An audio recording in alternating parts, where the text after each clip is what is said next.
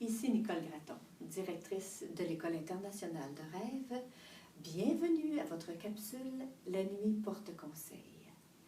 Puisque chaque nuit nous rêvons, il y a un potentiel illimité dans le contenu de nos rêves qui nous permet de mieux vivre le jour. Alors, aujourd'hui, dans notre capsule, nous allons traiter des rêves de communication. La bonne nouvelle, c'est que nous sommes beaucoup plus parlables la nuit que le jour.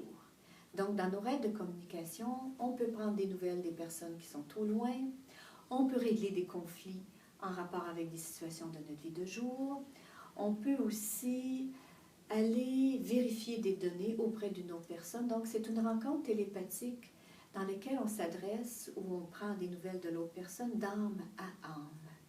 Et j'ai un beau rêve à vous partager par rapport à ça, qui est écrit d'ailleurs dans le livre L'Art de rêver, qui concerne le rêve de rencontre avec ma mère, après son décès.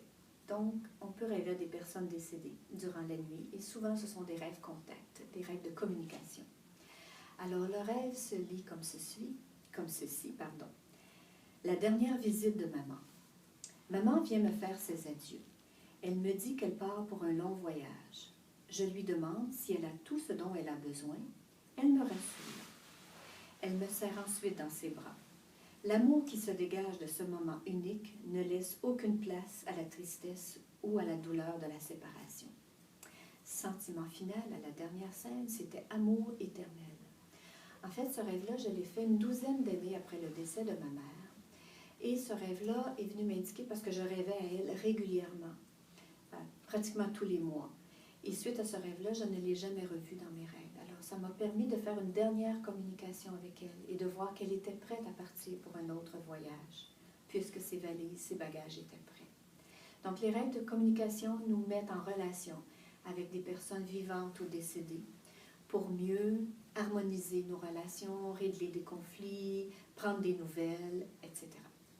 Alors, si cette capsule a suscité pour vous un intérêt plus grand pour les rêves, alors je vous invite à la formation Art de rêver, qui est un cours sur Internet d'une durée de 7 heures en vidéo de 20 leçons. Alors, pour avoir plus de détails, vous allez sur artderêver.com. Je vous souhaite d'excellents rêves et de bonnes nuits de repos.